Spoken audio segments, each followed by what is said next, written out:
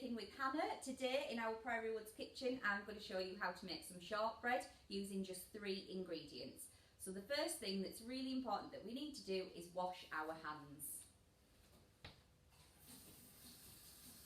Make sure you're using soap.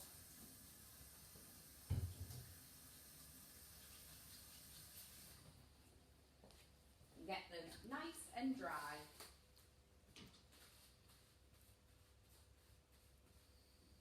You can also wear an apron if you've got one at home, and now it's time to start cooking. So the 3 ingredients that you're going to need is butter, plain flour and sugar. And the only things you need to measure are a full cup and a half a cup. The first thing we're going to use is our flour, and we need a cup and a half of that. So we're going to pour it into our cups to measure it. You can either pour it in like I am, or you can use a spoon to get more specific measurements. There's my cup, it's pretty full. And that's going to go in there. Use my full cup, now I'm going to use my half cup.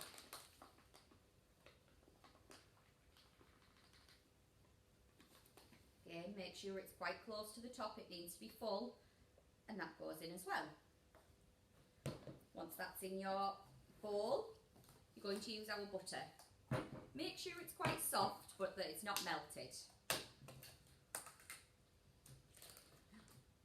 Fresh butter. And you want 1 full cup of butter as well. So this time you'll definitely need a spoon. And just keep adding that until your cup is full.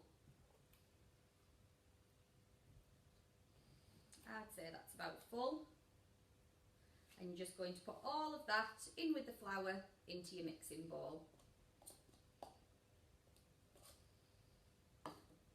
So we've used both of those. It's really important that you tidy away as well. And the last thing you're going to use is our sugar. So you only need half a cup of sugar, that's our smaller cup. And again, you can pour it in, or you can use a spoon if you're a bit clumsy, like me. Let's see if I can... Got to move that. Open this up. It's okay that the flour's been in here before, because they're all going in the same mixture again. And just fill it up like you have with the butter and the flour. Once it's full, in the bowl it goes. So that's all your ingredients straight into the bowl.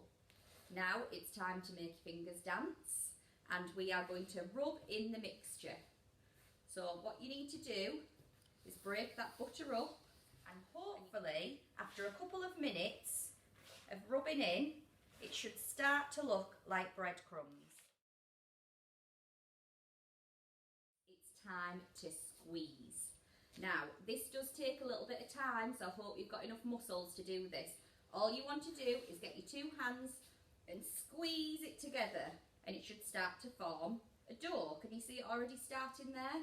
It's a little bit firm, but you want to do this for about 5 minutes, just to make sure that everything's incorporated. So now we've made our dough, you can let this chill in the fridge for about 15 minutes, but I've taken it straight out the bowl and I'm ready to roll, okay? Oh, I've got a bit of rhyming in there as well for you.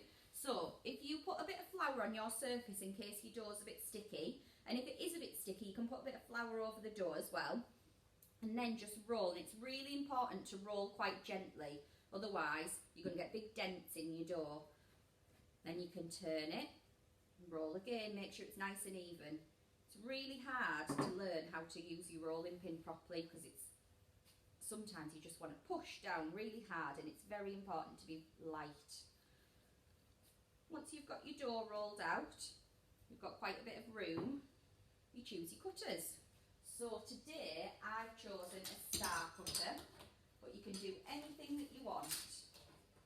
Let me just find my star cutter. There it is. You can choose anything that you want. And if you don't have any cutters in your house, you can just use a knife and cut out different shapes. Once you've used your cutter and you've got your shape, just pop it onto your baking tray. I've got it ready here. Now move these over so you can see. There we go. If you use your cutter around the edges of your dough first rather than going straight into the middle, makes your life so much easier because you don't have to re-roll your dough then. So I've got my stars ready on my baking tray. I have got some dough left, so what you can do is re-roll that again, and if you've got another baking tray, just make as many as you want, okay? I'm going to put my stars, my shortbread stars, in the oven at 170 degrees. If you're unsure about using the oven, I think it's really important that you get an adult to help you, and don't forget your oven gloves, okay? So I'll see you in 15 minutes.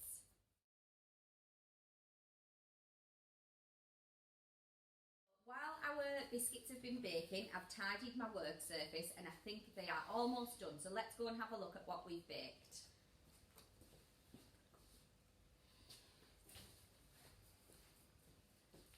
And here we go, we've got some lovely shortbread stars.